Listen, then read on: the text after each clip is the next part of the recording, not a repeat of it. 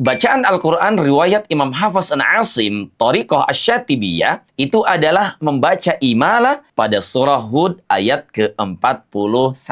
Pada kalimat, wa qala rukabu fiha bismillahi majreha. Nah, di situ ada kalimat majroha dibaca dengan imalah. Apa itu imalah?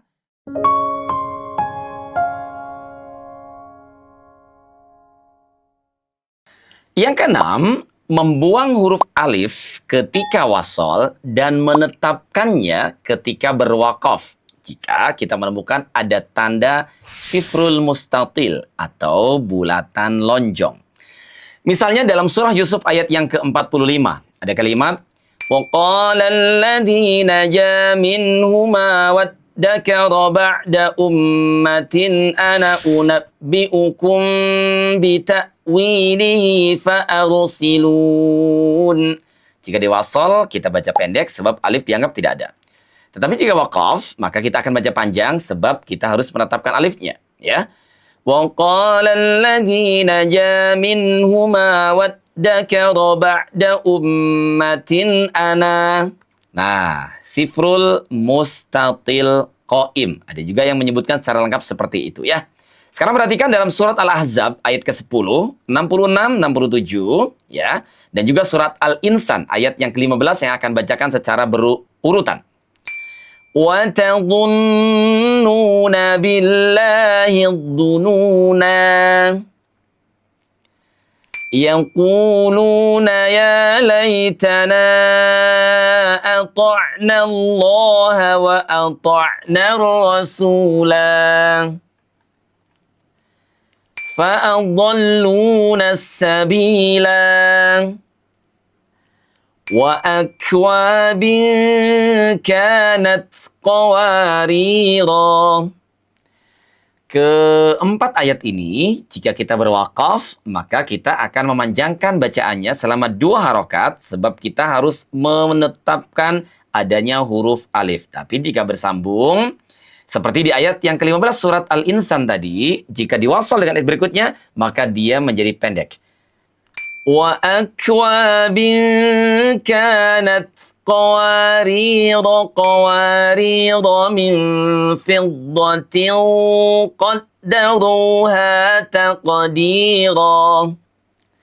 Tapi jika kita berwakaf, maka qawariro di ayat ke-15 itu mesti panjang. Sekarang perhatikan, ada tanda sifrul mustadir. Selain ada tanda bulatan lonjong, seperti pada ayat-ayat yang saya bacakan sebelumnya, sekarang kita menemukan ada tanda bulatan yang sempurna, ya. Seperti pada ayat yang ke-16 surat Al-Insan. Qawariro min fiddatin. Bagaimana membacanya? Baik wasol maupun waqaf, maka sama-sama dianggap tidak ada alif.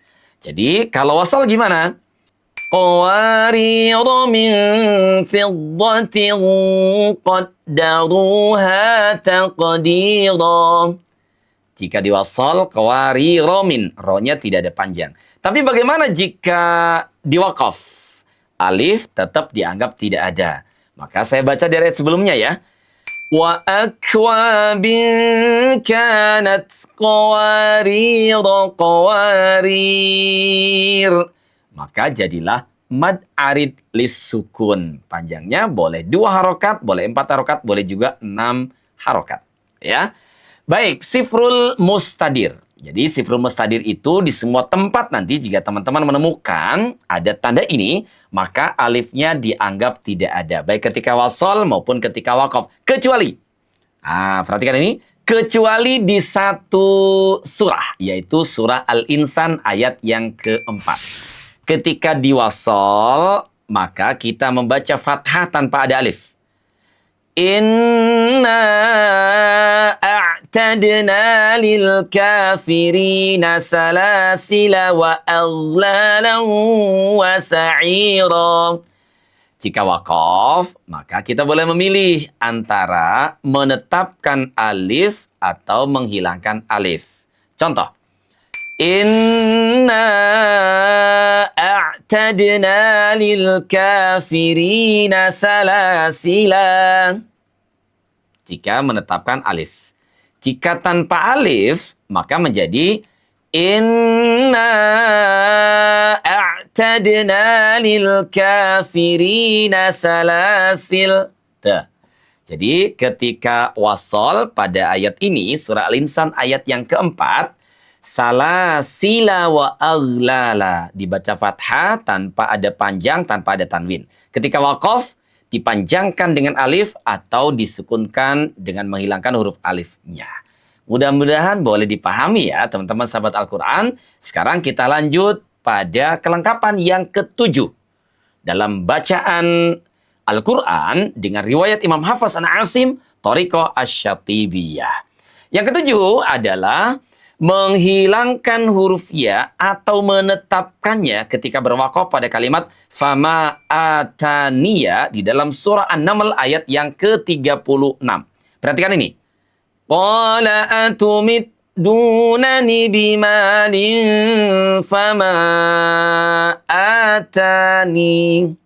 Jadi, jika kalian membaca surah An-Naml ayat yang ke-36 ini dan berhenti pada kalimat fama ataniya, boleh kalian pilih dua cara, ya. Dan itu sudah memenuhi karakter bacaannya riwayat Imam Hafs an Asim, Thariqah Asy-Syatibiyah. Fama atani. Tuh, dengan matobi ya, dua harokat. Atau boleh juga dengan menghilangkan ya-nya sehingga akan berlaku mad arid sukun. Fama atan. Jika memilih dua harokat, kan di situ ada ada mad bertemu dengan huruf nun yang disukunkan. Ya, boleh juga empat harokat. Fama atan. Dan begitu juga yang enam harokat. Fama atan. Oke ya, mudah-mudahan cukup jelas ya teman-teman ya. Kita lanjut ke bagian yang ke-8. Riwayat Imam Hafs an Asim, Thariqah Asy-Syatibiyah. Apakah yang ke-8 itu? Yakni membaca naqal pada surah Al-Hujurat ayat yang ke-11. Apa itu naqal? Naqal itu adalah memindahkan harokat kepada huruf sukun yang berada sebelumnya. Oke, dalam hal ini ada kalimat bi'sal ismu. Bi'sal ismu. Ya, surat Al-Hujurat ayat yang ke-11. Bi'sal ismu. Ada huruf lam sukun bertemu dengan hamzah yang berharokat kasrah. Maka dalam hal ini harokat kasrah milik hamzah ismu itu dipindahkan kepada huruf sukun sebelumnya, yaitu huruf lam. Maka tidak dibaca bi'sal ismu, tetapi lamnya narik harokat dari hamzah. Bi'salismu. Bi'salismu. Bi'salismul fusuqu ba'dal iman. Nah, itu nakal ya. Kalau kita ibtidak dari kalimat al-ismu, maka diperbolehkan dengan dua cara. Mulai dengan hamzah wasal menjadi alismul fusuku, atau boleh juga langsung beribtidak memulai bacaan dari huruf lam. Lismul fusuku ba'dal iman. Yang kesembilan, karakter bacaan Al-Quran dengan riwayat Imam Hafs an Asim, Thariqah Asy-Syatibiyah adalah dengan menetapkan saktah atau wajib dengan saktah pada 4 tempat. 4 surat berikut ini. Yang pertama, antara ayat pertama dengan ayat yang kedua surah Al-Kahfi. Jika teman-teman mewasolkan bacaannya, maka di situ wajib saktah. Walam yaj'al lahu 'iwaja qayyiman liyunzira ba'san syadida. Jika diwasol, cara membacanya wajib saktah. Kalau waqaf boleh nggak? Boleh saja. Walam yaj'al lahu 'iwaja qayyiman liyunzira ba'san syadida. Oke, jadi boleh waqaf, boleh juga diwasal. Nah, ketika wasal, maka wajib di situ berlaku saktah.